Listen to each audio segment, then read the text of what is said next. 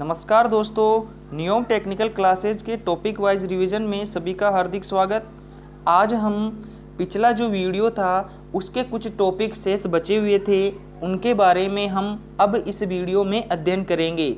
पिछला जो वीडियो था उसमें हम चालक पदार्थों के बारे में अध्ययन कर रहे थे, जिसमें पहला जो भाग था चांदी के बारे में हमने अध्ययन कर लिया। उसके बाद में कॉपर के बारे में अध्ययन कर लिया और उसके जो महत्वपूर्ण क्वेश्चन हैं उनको भी देख लिए। अब देखते हैं जो इसका जो अगला भाग होता है वो है एल्यूमिनियम। ये चालक पदार्थों की श्रेणी के बारे में हम अध्ययन कर रहे हैं, तो जो इसके एल्यूमिनियम के बारे में अब अध्ययन करेंगे। तो देखिए, आजकल महंगाई के कारण तांबे की अपेक्षा एल्यूमिनियम का उपयोग अधिक बढ़ गया है। जो ये एल्यूमिनियम है इसके कुछ विशेष गुण हैं, इनके बारे में पहले हम पढ़ लेते हैं, उसके बाद में हम ऑब्जेक्टिव क्वेश्चन को सोल्व करेंगे। तो अब देखिए क्या बोल रहा है, आजकल महंगाई के कारण क्या हो गया है, एल्यूमिनियम का उपयोग अधिक बढ़ गया है। क्यों? क्योंकि तांबे की अपेक्षा जो एल्यूमिनियम होता है इसका जो मूल्य होता है वो क्या रहता है, कम रहता है। तो ये ध्यान रखें, इसीलिए क्या होता है, इसका उपयोग अधिक बढ़ गया है। दूसरा कारण है क्या होता है, देखिए, और इसकी जो प्रतिरोधकता है 20 डिग्री सेंटीग्रेड पर कितनी होती है, वो होती है 2.86 इंटू 10⁻⁻6 ओम सेंटीमीटर। ये ऑप्शन में डायरेक्ट देखने को मिलता है, तो ये ध्यान रखिए, ये वैल्यू याद कर लें। 0 डिग्री सेंटीग्रेड पर ताप प्रतिरोध गुणांक कितना होता है, 0.00435 प्रति डिग्री सेंटीग्रेड। और देखिए इनके गलनांक से भी क्वेश्चन पूछा जाता है। तो एल्यूमिनियम का जो गलनांक होता है सेंटीग्रेड में कितना होता है, वो होता है 657 डिग्री सेंटीग्रेड। और फॉरेनहाइट में कितना होता है, 1220 डिग्री फॉरेनहाइट। तो ये ध्यान रखिए। और इसके अपेक्षिक घनत्व से भी क्वेश्चन पूछ लिया जाता है। तो अपेक्षिक घनत्व जो है वो कितना होगा, वो होगा 2.7। और ये भी पूछ लिया जाता है कि तांबे की अपेक्षा एल्यूमिनियम का जो अपेक्षिक घनत्व होता है वो कितना रहता है, तो वो रहता है 1/3। तो ये भी ध्यान रख लें। अब जो एल्यूमिनियम जो पदार्थ होते हैं ये चालक पदार्थ हैं, इसका गुण क्या होना चाहिए, तो इसके क्या क्या गुण होते हैं इनके बारे में देख लीजिए। अब देखिए गुण के बारे में स्पष्ट है कि तांबे की अपेक्षा ये क्या है, सस्ता है। ये अभी हमने देखा, तांबे की अपेक्षा क्या है, ये सस्ता होता है। और ये सरलता से भी उपलब्ध रहता है, यानी सरलता से उपलब्ध हो जाता है। और अपेक्षिक घनत्व इसका क्या रहता है, इसका रहता है तांबे की अपेक्षा में 1/3। और हल्का होने के कारण क्या होते, देखिए हल्का होने के कारण एल्यूमिनियम के चालक से दो खंभों के बीच की दूरी बढ़ाई जा सकती है। देखिए इंपॉर्टेंट बात है, क्योंकि एल्यूमिनियम का जो वजन होता है वो एल्यूमिनियम का जो वजन होता है वो तांबे की अपेक्षा क्या होता है, कम होता है। और कम होने की वजह से हम क्या कर सकते हैं, बिजली के दो खंभों की दूरी को बढ़ा सकते हैं। क्यों? क्योंकि वहाँ पर भार कम हो जाता है और लाइन की कीमत भी कम हो जाती है। इसीलिए ये एक इसके गुण हैं। अब देखिए ये संसारण का उच्च प्रतिरोधी होता है। क्या होता है, जैसे इस पर जंग बहुत कम लगता है, क्या होता है, जंग के प्रति ये बहुत उच्च प्रतिरोध रखता है।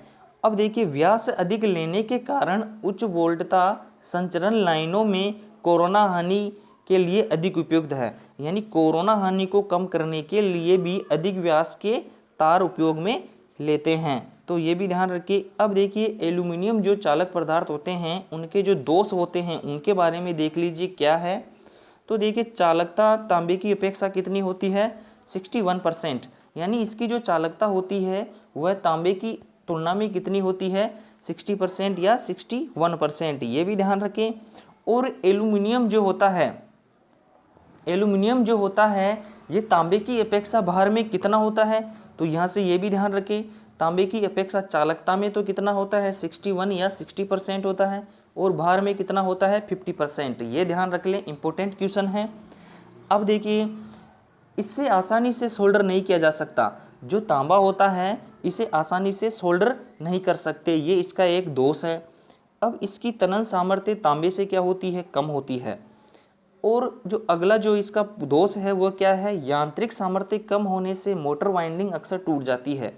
इसका जो यांत्रिक सामर्थ्य होती है यानी बाह्य शक्ति सहने की क्षमता क्या रहती है, कम रहती है। तो इसी कारण से ये क्या हो जाता है, टूट जाता है। अब देखते हैं एल्यूमिनियम से संबंधित महत्वपूर्ण क्वेश्चन क्या है और जो एग्ज़ाम में आए हुए हैं और जो एग्ज़ाम में आने की संभावना है, ये सभी क्वेश्चन इसी में रखे हुए हैं। और जो ये क्वेश्चन डाले गए हैं ये प्रीवियस क्वेश्चन एग्ज़ाम हैं, प्रीवियस एग्ज़ाम के क्वेश्चन भी इसी में इंक्लूड किए गए हैं। तो अब देखिए, अब जो क्वेश्चन हैं एल्यूमिनियम से संबंधित ये 44 क्वेश्चन हैं। इससे पहले हमने पहले भी क्वेश्चन जो पास्ट वीडियो है उसको भी ज़रूर देखें, उसमें भी महत्वपूर्ण क्वेश्चन हैं। अब ये अगला जो वीडियो है ये 44 क्वेश्चन से स्टार्ट है। तो देखिए, एल्यूमिनियम का अपेक्षिक घनत्व होता है।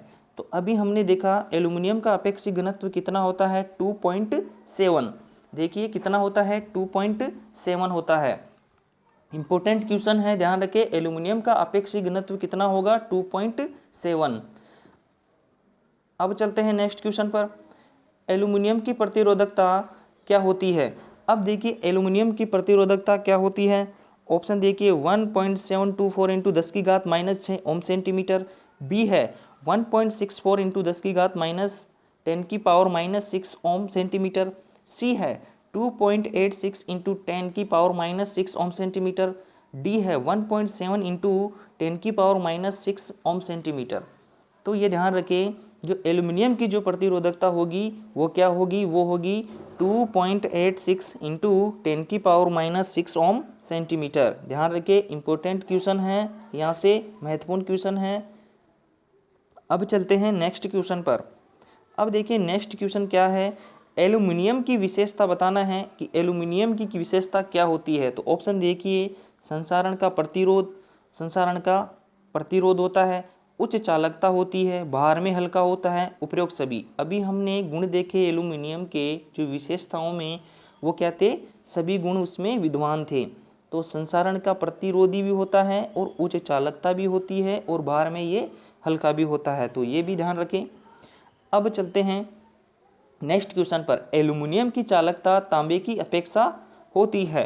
तो ऑप्शन देखिए 71%, 60%, 50% और 58%। तो एल्यूमिनियम की चालकता तांबे की अपेक्षा कितनी होगी, वो होगी 61 या 60%। तो ये ध्यान रखें। और भार में कितना होता है, 50%। ये भी ध्यान रखें, महत्वपूर्ण क्वेश्चन है। अब चलते हैं नेक्स्ट क्वेश्चन पर। एल्यूमिनियम तांबे की अपेक्षा भार में होता है। तो अब देखिए एल्यूमिनियम जो है वो तांबे की अपेक्षा भार में होता है। ऑप्शन देखिए, समान होता है, 2 गुना होता है, 1/3 भाग होता है या 1/4वां भाग होता है। तो हमेशा ध्यान रखिए, एल्यूमिनियम तांबे की अपेक्षा भार में होता है, क्या होता है, 1/3वां भाग होता है। और यदि 1/2 भी हो यानी 50%, लगभग 50% भी हो तो वो भी राइट आंसर होगा ऑप्शन में। तो देखिए समान 2 गुना 1/3वां भाग होता है। एल्यूमिनियम तांबे की अपेक्षा भार में हल्का होता है, कितना होता है, 1/3वां भाग। तो ये ध्यान रखें। अब चलते हैं नेक्स्ट क्वेश्चन पर। एल्यूमिनियम चालक मोटर वाइंडिंग में बहुत कम उपयोग में लाया जाता है, क्योंकि अब ये बताना है, जो एल्यूमिनियम जो चालक होते हैं मोटर वाइंडिंग में बहुत कम उपयोग में लेते हैं, क्योंकि इनकी जो यांत्रिक सामर्थ्य होती है वो कम होती है। और पहला पॉइंट क्या है, यांत्रिक सामर्थ्य कम होती है, इसी कारण से क्या लेते हैं, मोटर वाइंडिंग में बहुत कम उपयोग में लेते हैं। अब इसके साथ में ऑप्शन देखिए क्या है, एल्यूमिनियम के गुणों में सोल्डर करने में कठिनाइयाँ भी होती है, क्या होती है, सोल्डर करने में कठिनाइयाँ भी आती है। और सी है, यांत्रिक सामर्थ्य भी कम होती है। तो इसी कारण से ऑप्शनों के आधार पर इसका जो राइट आंसर होगा वो होगा डी, उपरोक्त सभी के कारण क्या होते हैं, एल्यूमिनियम चालक को मोटर वाइंडिंग में बहुत कम उपयोग में लाते हैं। अब चलते हैं नेक्स्ट क्वेश्चन पर। देखिए अब नेक्स्ट क्वेश्चन है, सिरोपरी लाइनों में उपयोग होता है कठोर लोहा चालक, नरम लोहा चालक, नरम एल्यूमिनियम चालक या ACSR चालक। तो जो सिरोपरी लाइनें होती है, जो ओवरहेड लाइनें होती हैं, उनमें कौन सा चालक प्रयोग लेते हैं। तो सबसे महत्वपूर्ण बात ये ध्यान रखें, ओवरहेड लाइनों में जो चालक उपयोग में किया जाता है, लाया जाता है, वो कौन सा होता है, ACSR यानी एल्यूमिनियम कंडक्टर स्टील रेनफोर्स का ये बना हुआ रहता है। तो ये किसका राइट आंसर क्या होगा, ACSR क्या होगा, एल्यूमिनियम कंडक्टर स्टील रेनफोर्स। इसमें क्या होते हैं, एल्यूमिनियम स्टील वायर होता है मध्य में, उसके चारों ओर एल्यूमिनियम के क्या रहते हैं, वायर लगे हुए रहते हैं। तो इसे बोला जाता है एल्यूमिनियम कंडक्टर स्टील रेनफोर्स, और जो इसमें जो इस्पात लिया जाता है ये इसकी तनन सामर्थ्यता को, इनकी जो सामर्थ्यता होती है उसको ये क्या करता है, बढ़ाता है। ये भी ध्यान रखिए। अब चलते हैं नेक्स्ट क्वेश्चन पर।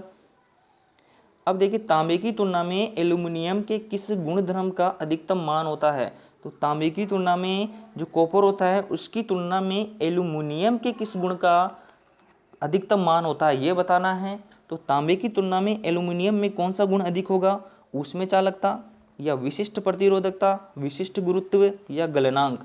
तो हमेशा ध्यान रखें तांबे की तुलना में एल्यूमिनियम का जो विशिष्ट प्रतिरोध होता है यानी प्रतिरोधकता का जो गुण होता है वो क्या होता है, उच्च होता है। किसमें, तांबे की तुलना में एल्यूमिनियम में प्रतिरोधकता का गुण क्या होता है, उच्च होता है। तो ये ध्यान रखिए। अब चलते हैं नेक्स्ट क्वेश्चन पर। एक ही विद्युत प्रतिरोध के लिए एक समान अनुप्रस्थ काट वाली एक कॉपर कंडक्टर की तुलना में एल्यूमिनियम कंडक्टर का वजन होता है। तो ये वजन के आधार पर क्वेश्चन पूछा गया है कि कॉपर की तुलना में एल्यूमिनियम का जो वजन होता है वो कितना होना चाहिए। ऑप्शन देखिए 40%, 50%, 60%, 100% या 150%। ये टेक्निकल हेल्पर 2018 के एग्जाम में पूछा गया है। तो कितना होता है भार में, वजन में कितना होता है, 50%। ये ध्यान रखिए, ये भी महत्वपूर्ण क्वेश्चन है, कितना होता है 50%। तो ये ध्यान रखें। और जो चालकता में जो होती है वो चालकता कितनी होती है, 60% रहती है। तो ये ध्यान रखें। अब चलते हैं नेक्स्ट क्वेश्चन पर। पीतल धातु एक मिश्र धातु होती है जिसमें का मिश्रण होता है। तो पीतल धातु एक मिश्र धातु होती है जिसमें का मिश्रण होता है। तो पीतल किससे मिलकर बना होता है ये बताना है। तो देखिए ऑप्शन तांबा प्लस जिंक, तांबा प्लस एल्यूमिनियम, तांबा प्लस कास्ट आयरन और लेड प्लस टिन। तो जो पीतल होता है, पीतल किससे मिलकर बना होता है, पीतल मिलकर बना होता है तांबा प्लस जिंक। किससे मिलकर बना होता है, ध्यान रखिए तांबा प्लस जिंक से मिलकर बना होता है। और कांसा, कांसे के बारे में भी पूछ लिया जाता है। तो कांसा किससे मिलकर बना होता है, तो कांसा मिलकर बना होता है तांबा प्लस टिन। तो ये ध्यान रखिए कांसा किससे मिलकर बना होता है, तांबा प्लस टिन से मिलकर बना होता है। अब चलते हैं नेक्स्ट क्वेश्चन पर। स्विच होल्डर व सॉकेट के टर्मिनल बने होते हैं। तो बेसिकली देखते हैं जब हमारे घरों में वायरिंग की जाती है, जो सॉकेट होते हैं उनके जो टर्मिनल्स होते हैं, प्लग जो होते हैं उनके जो टर्मिनल होते हैं वो किसके बने होते हैं, अक्सर देखने को मिलते हैं वो होते हैं पीतल के। तब ऑप्शन देखिए एल्यूमिनियम, अनिकृत तांबा, पीतल व जीआई। तो इसका जो राइट आंसर होगा वो क्या होगा, पीतल के बने होते हैं। तो ये भी ध्यान रखें। अब चलते हैं नेक्स्ट क्वेश्चन पर। लोहा व इस्पात की चालकता तांबे की अपेक्षा होती है। जो लोहा और जो स्टील होती है उसकी चालकता कॉपर की तुलना में क्या होगी। ऑप्शन देखिए 1/8 या 8 या 4 या 1/4। तो इसका जो राइट आंसर होगा वो होगा 1/8। कितना होगा, 1/8 होता है। चालकता में कितना होता है, 1/8। अब चलते हैं नेक्स्ट क्वेश्चन पर। लोहे को जंग से बचाने के लिए इस पर की परत चढ़ाई जाती है। तो यदि हमने क्या करना है, लोहे को जंग से बचाना है, किससे बचाना है, लोहे को संसारण से बचाना है, तो किसकी परत चढ़ानी होगी। ऑप्शन देखिए पीतल की, सोने की, जस्ते की या एल्यूमिनियम की। तो लोहे को जंग से बचाने के लिए जस्ते की परत चढ़ाई जाती है। इस क्रिया को क्या बोला जाता है, इस क्रिया को बोला जाता है गैल्वेनाइजीकरण। क्या बोला जाता है, गैल्वेनाइजीकरण बोला जाता है। ये भी ध्यान रखें, लोहे को जंग से बचाने के लिए इस पर जस्ते की परत चढ़ाई जाती है, जिसे क्या बोला जाता है, गैल्वेनाइजीकरण भी कहा जाता है। तो अब चलते हैं नेक्स्ट क्वेश्चन पर। BIL का विस्तार क्या है, ये एक इंसुलेशन लेवल से हैं। तो अब देखिए इसमें क्या होता है, BIL का विस्तार, बेसिक इंटरमीडिएट लाइन, बी है बाइंडिंग इनर लाइन, सी है बेसिक इंसुलेशन लेवल, डी है बोर्ड ऑफ इंटरमीडिएट लाइन, ई है बैंड इंटरमीडिएट लेवल। तो हमेशा ध्यान रखें BIL का जो विस्तार होगा वो क्या होगा, बेसिक इंसुलेशन लेवल। ये क्या होता है, बेसिक इंसुलेशन लेवल होता है। सामान्य जो अपन इंसुलेशन का जो लेवल होता है उसका क्या होता है, ये विस्तार होता है। BIL basic insulation level. अब चलते हैं नेक्स्ट क्वेश्चन पर। एक विद्युत परिपथ में लपेटे गए वायर की लंबाई निम्नलिखित में से किस रूप में संदर्भित होती है। यदि कोई क्या है, कोई विद्युतीय सर्किट है, उसमें जो क्या है लपेटे गए मतलब उसमें डाले गए वायर की जो लंबाई होगी उसे किस संदर्भ में जाना जाएगा। ऑप्शन देखिए, रजिस्टर के रूप में जानेंगे या इंडक्टर के रूप में जानेंगे या कंडक्टर के रूप में जानेंगे या इंसुलेटर के रूप में जानेंगे। तो हम जानेंगे विद्युत परिपथ में यदि डाले गए वायर की जो लंबाई होती है उसे बोला जाता है कंडक्टर। क्या बोला जाता है? कंडक्टर, यानी चालक बोला जाता है। तो ये ध्यान रखिए, महत्वपूर्ण क्वेश्चन है। अब चलते हैं नेक्स्ट क्वेश्चन पर। सिरोपरी लाइनों में मशीनों की अर्थिंग में प्रयोग किया जाता है। जो सिरोपरी लाइनें होती हैं, जो सिरोपरी ओवरहेड जो लाइन होती है और जो मशीन में जो अर्थिंग में जो प्रयोग लेते हैं, यानी अर्थिंग में कौन से वायर प्रयोग किए जाते हैं। सिरोपरी लाइन और मशीनों की अर्थिंग के लिए कौन से प्रयोग लेते हैं। ऑप्शन देखिए, GI wire, steel wire, cast iron या पीवीसी। तो हमेशा ध्यान रखें, अर्थिंग में जो प्रयोग लेंगे सिरोपरी लाइन और मशीनों की अर्थिंग के लिए जो प्रयोग में लेंगे वो लेंगे जीआई, गैल्वेनाइज्ड आयरन। क्या बोला जाता है? गैल्वेनाइज्ड आयरन बोला जाता है। अब चलते हैं नेक्स्ट क्वेश्चन पर। सोल्डर में टिन की मात्रा बढ़ाने से सोल्डर होता है। सोल्डर में टिन की मात्रा बढ़ाने से सोल्डर होता है। ऑप्शन देखिए, कठोर होता है या नरम होता है, तरल होता है या वाष्पीकरण होता है। सोल्डर में यदि हम टिन की मात्रा बढ़ाएंगे, यदि सोल्डर में हम टिन की मात्रा बढ़ाएंगे तो सोल्डर क्या हो जाता है? सोल्डर नरम हो जाता है। बहुत महत्वपूर्ण क्वेश्चन है, ध्यान रखिए क्या होगा? सोल्डर नरम हो जाता है। ये DMRC 2020 में पूछा गया है, बहुत महत्वपूर्ण क्वेश्चन है। सोल्डर में टिन की मात्रा बढ़ाने से सोल्डर होता है नरम हो जाता है। तरल का मतलब होता है एक पिघल जाना, पिघलने का मतलब एक बहती हुई अवस्था में, और नरम का मतलब होता है मुलायम। क्या हो जाता है? मुलायम हो जाता है, यानी नरम हो जाता है। अब चलते हैं नेक्स्ट क्वेश्चन पर। प्राथमिक सेल का आदान पात्र बना होता है। जो प्राइमरी जो सेल होते हैं, जो यूज लेकर फेंकने वाले होते हैं, एक बार उन्हें डिस्चार्ज होने के बाद उन्हें फेंक दिया जाता है, तो उनके जो आदान पात्र होते हैं वो किसके बने होते हैं। ऑप्शन देखिए, टिन से, तांबे से, एल्युमिनियम से या जस्ते से। तो हम देखते हैं कि प्राथमिक सेलों के जो आदान पात्र बने होंगे वो किसके होने चाहिए? वह जस्ते के होने चाहिए। किसके होने चाहिए? जस्ते के। ये ध्यान रखें, प्राथमिक सेलों का आदान पात्र जो बना होता है वह जस्ते से बना होना चाहिए। अब चलते हैं नेक्स्ट क्वेश्चन पर। अब देखिए, सीसा का उपयोग किया जाता है। जो सीसा होता है, जो सीसा जो होता है उसका उपयोग किया जाता है। ऑप्शन देखिए, शीशे का अर्थ समझिए लेड, तो सेकेंडरी बैटरी में, केबल के शीट के रूप में या सेल कनेक्टर के रूप में। डी है उपरोक्त सभी। तो जो शीशा होता है वह केबलों के शीट में भी प्रयोग किया जाता है और लेड एसिड बैटरियों यानी सेकेंडरी बैटरियों में भी प्रयोग में लिए जाते हैं, और जो सेल के कनेक्टर होते हैं उनमें भी क्या किया जाता है? प्रयोग, शीशा प्रयोग में लिया जाता है। तो इसी कारण इसका राइट आंसर क्या होगा? उपरोक्त सभी के लिए शीशे का उपयोग किया जाता है। अब चलते हैं नेक्स्ट क्वेश्चन पर। पारा, मरकरी का उपयोग विद्युत कार्यों में होता है। अब देखिए, जो पारा होता है, पारे का उपयोग विद्युत कार्यों में होता है। ऑप्शन देखिए, कम्यूटेटर में, बुकोल्स रिले में, केबल में या वोल्ट मीटर में। जो हम जब ट्रांसफार्मर का अध्ययन करेंगे तो वहाँ देखेंगे जो बुकोल्स रिले होती है, जो फॉल्ट होने पर क्या करती है, ये सर्किट से अलग करती है। तो बुकोल्स रिले जो होगा उसमें जो भरा जाता है, उसमें क्या भरा जाता है? पारा भरा जाता है। किसमें भरा हुआ रहता है? मरकरी वह बुकोल्स रिले में भरा हुआ रहता है। तो ये ध्यान रखिए, बुकोल्स रिले में। अब चलते हैं नेक्स्ट क्वेश्चन पर। निम्नलिखित में से गैसों में से चालक गैस कौन सी है, ये बताना है। निम्न ऑप्शनों में से दिया गया है कि कौन सी गैस चालक गैस होगी। कौन सी चालक गैस कौन सी होगी? ऑप्शन देखिए, ऑक्सीजन, कार्बन डाइऑक्साइड, आर्गन या हाइड्रोजन।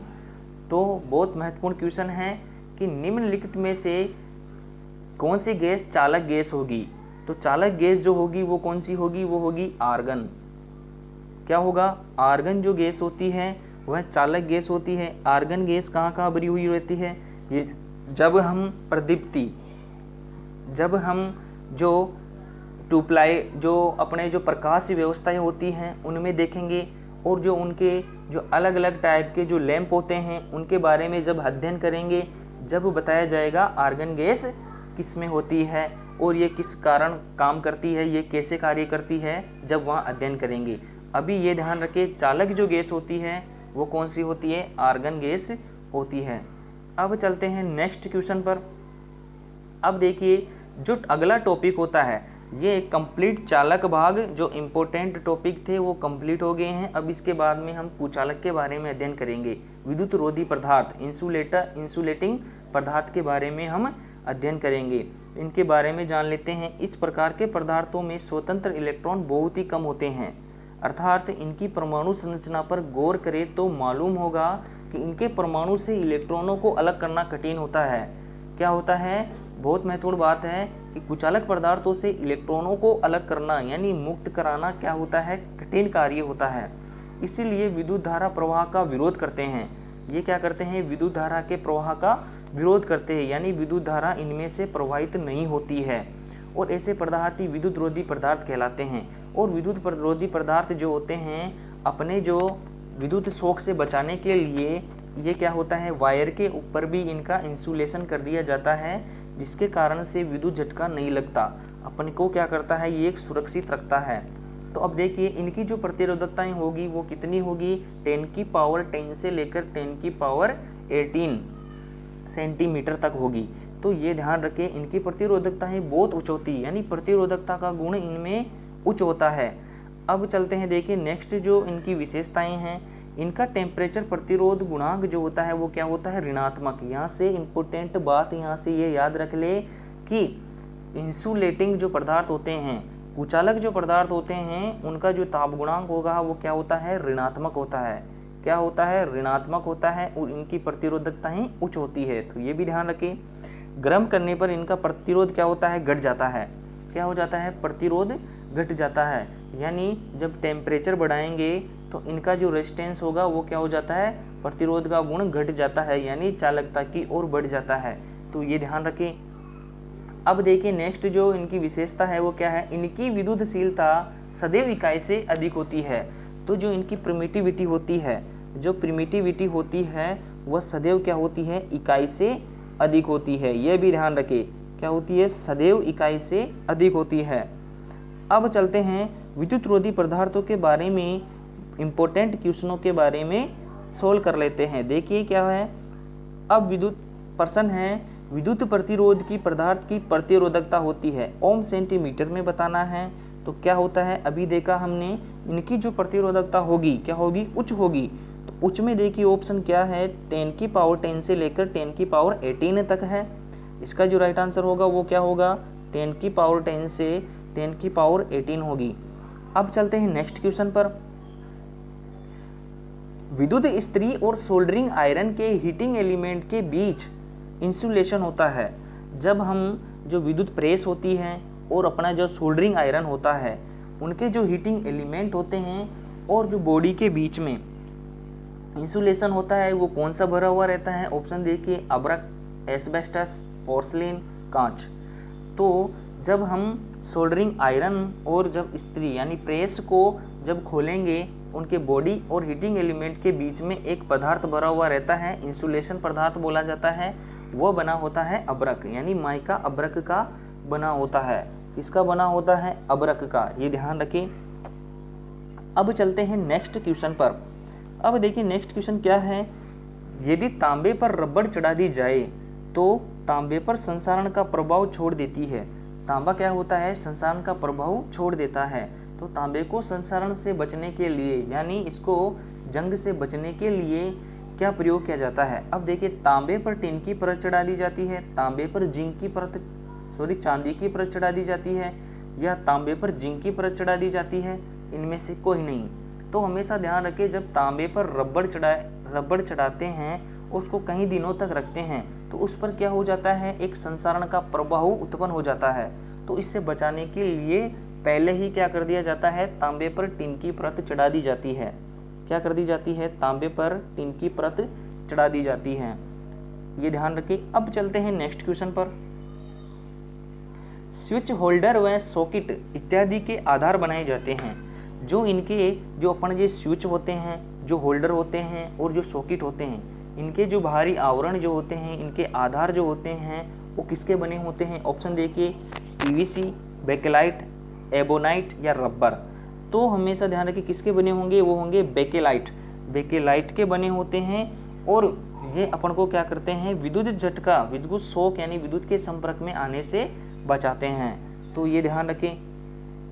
अब चलते हैं नेक्स्ट क्वेश्चन पर। कुचालक में ऊर्जा अंतराल होता है। जो कुचालक पदार्थ होते हैं, जो इंसुलेटर जो पदार्थ होते हैं, उनका जो ऊर्जा अंतराल, एनर्जी जो गैप होता है वो कितना होता है? उच्च होता है, निम्न होता है, नहीं होता है, अर्धचालक के समान होता है। तो हमेशा ध्यान रखिए कुचालकों में जो ऊर्जा अंतराल होता है वो क्या होता है? उच्च होता है, यानी 6 इलेक्ट्रॉन वोल्ट। क्या होता है? 6 इलेक्ट्रॉन वोल्ट के लगभग मान के बराबर होता है। कुचालक में ऊर्जा अंतराल कितना होता है? 6 इलेक्ट्रॉन वोल्ट होता है। ये क्या होता है? ऊर्जा अंतराल। इसमें क्या होता है? ऊर्जा अंतराल अधिक होने के कारण संयोजी बैंड और चालन बैंड एक दूसरे के इलेक्ट्रॉन नहीं करते हैं, एक दूसरी कक्षा से दूसरी कक्षा में गमन नहीं कर पाते, इसलिए वह चालकता का गुण प्रकट नहीं करते हैं और वह कुचालक की भांति व्यवहार करते हैं। तो ये ध्यान रखें। अब चलते हैं नेक्स्ट क्वेश्चन पर। कुचालकों के लिए ऊर्जा बैंड अंतराल का आकार परिसीमा में होता है। तो ये बताना है कि कुचालक जो पदार्थ होते हैं उनमें ऊर्जा बैंड में जो अंतराल होता है उनकी जो सीमा होती है वो कितनी होती है? ऊर्जा बैंड का अंतराल बताना है। ऑप्शन देखिए, अभी मैंने बताया कितना होता है? वो होता है 3 से लेकर 6 यानी 6 इलेक्ट्रॉन वोल्ट। कितना है? इलेक्ट्रॉन वोल्ट में होता है। कितना होता है? उच्च होता है 3 से 6 वोल्ट, 6 यानी 6 इलेक्ट्रॉन वोल्ट। अब चलते हैं नेक्स्ट क्वेश्चन पर। निम्नलिखित में से कौन सा सबसे अच्छा कुचालक है? अब देखिए सबसे अच्छा कुचालक कौन सा होगा? निम्नलिखित में से सबसे अच्छा कुचालक कौन सा होगा? ऑप्शन देखिए, माइका, पोर्सलिन, कांच, बेकेलाइट। अब जो इनमें सबसे अच्छा जो कुचालक होता है वो क्या होता है? माइका। इसकी जो डाइइलेक्ट्रिक स्ट्रेंथ होती है वो कितनी होती है? एक होता है वेल्केनाइज्ड रबर। सबसे ज़्यादा किसकी होती है? वेल्केनाइज्ड रबर की, क्योंकि उसका जो डाइइलेक्ट्रिक स्ट्रेंथ जो होता है वो कितना होता है? 30 से 60। कितना होता है? 30 से 60। माइके का जो होता है, माइका जो होती है, अब्रक जो होती है, इसका जो रहता है डाइइलेक्ट्रिक स्ट्रेंथ वह कितना रहता है? वह रहता है 30 से लेकर 50 तक। कितना रहता है? 30 से 50 किलोवोल्ट प्रति mm। जो डाइइलेक्ट्रिक स्ट्रेंथ जो होती है किलोवोल्ट प्रति mm में ली जाती है। तो ये भी ध्यान रखें। पोर्सलिन जो होती है इसकी जो होगी 8 से 12। कितनी होगी? 8 से 12। और 10 से 16 होती है बेकेलाइट की। ये भी ध्यान रखिए कितनी होती है? 10 से 16 किलोवोल्ट प्रति mm में डाइइलेक्ट्रिक स्ट्रेंथ होती है। तो वेल्केनाइज्ड रबर के बाद में सबसे अच्छा कुचालक पदार्थ कौन सा हुआ? माइका। ये ध्यान रखें। अब चलते हैं नेक्स्ट क्वेश्चन पर। एक कुचालकों में अधिकतम पेराविद्युत सामर्थ्य कौन रखता है? ऑप्शन देखिए, फाइबर, कांच, अब्रक और पोर्सलिन। पोर्सलिन की होती है 8 से 12 और 30 से 50 होती है अब्रक। तो कौन सा होगा राइट आंसर? अब्रक होगा। कौन सा होता है? अधिकतम पेराविद्युत सामर्थ्य कौन रखता है? अब्रक रखता है। अब चलते हैं नेक्स्ट क्वेश्चन पर। नाइक्रोम का गलनांक कितना होता है?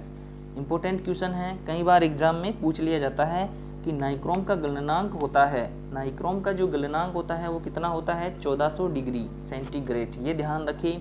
पिछली बार यूपीपीसीएल TG2 में पूछा गया था टिन का गलनांक कितना होता है।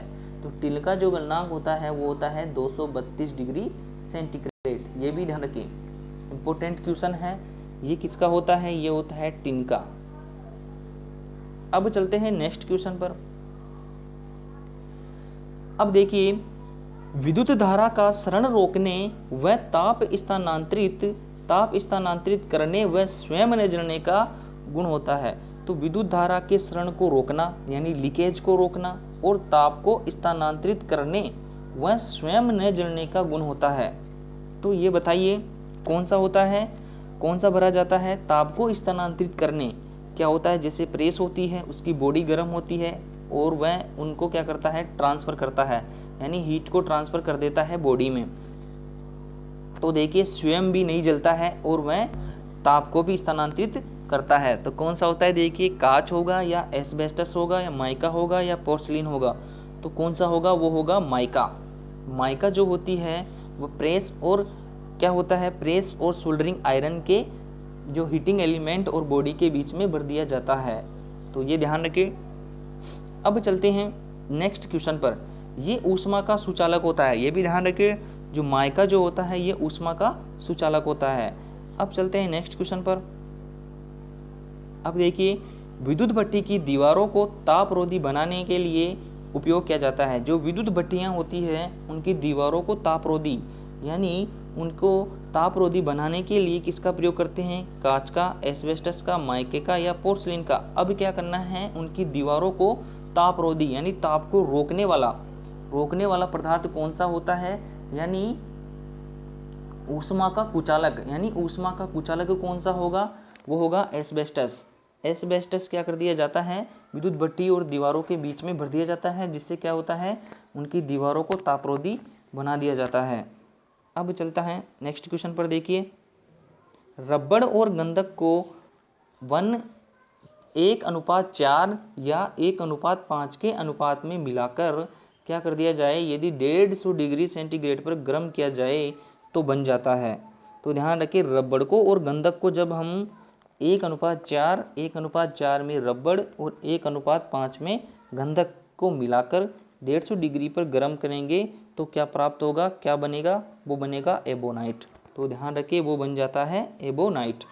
तो ध्यान रखिए, एबोनाइट किससे मिलकर बना होता है, रबड़ और गंधक को जब 150 डिग्री सेंटीग्रेड पर गर्म किया जाता है एक विशेष अनुपात में मिलाकर, तो एबोनाइट बन जाता है। अब चलते हैं नेक्स्ट क्वेश्चन पर। आधुनिक एलटी केबलों में सामान्यतः इंसुलेशन प्रयोग किए जाते हैं। तो देखिए, जो लो टेंशन केबलें होती हैं, जो आधुनिक एलटी केबलें होती हैं, उनमें कौन सा इंसुलेशन प्रयोग करेंगे। ऑप्शन देखिए, पीवीसी, रबड़, वीआईआर या पेपर। तो हमेशा ध्यान रखिए, जो आधुनिक जो एलटी केबलों में सामान्य जो इंसुलेशन प्रयोग किया जाता है वो कौन से करते हैं, वो लेते हैं पीवीसी। आधुनिक जो एलटी केबलें जो हैं उनमें कौन सा लेते हैं, पीवीसी लेते थे। कौन सा इंसुलेशन प्रयोग में लेते हैं, पीवीसी। अब चलते हैं नेक्स्ट क्वेश्चन पर। तो आज के इतने ही क्वेश्चन थे। अब अगले वीडियो में जो अर्धचालक, कुचालक, चालक, कुचालक, अर्धचालक के बारे में जो टॉपिक थे उनके बारे में अब हम अध्ययन करेंगे, और जो बचे हुए टॉपिक हैं उनके बारे में भी अध्ययन करेंगे। जैसे टेम्परेचर कोफिशिएंट, ताप गुणांक से भी हम टॉपिक के क्वेश्चन हैं उनको भी लेंगे, और जो इनके तापमान के आधार पर इन पदार्थों का वर्गीकरण किया गया है उनके अलग अलग टॉपिक बना के उनके बारे में हम अध्ययन करेंगे। और एक बचा हुआ है अर्धचालक टॉपिक, इसको जब हम इलेक्ट्रॉनिक्स पढ़ेंगे, इलेक्ट्रॉनिक्स का टॉपिक वाइज रिवीजन करेंगे, उसमें हम संपूर्ण क्वेश्चनों के साथ सोल्व करेंगे। और यदि आपको वीडियो पसंद आया है तो वीडियो को लाइक करें, शेयर करें और अपने दोस्तों के साथ भी शेयर करें, और वीडियो को पूरा देखें। धन्यवाद। जय हिंद, जय भारत।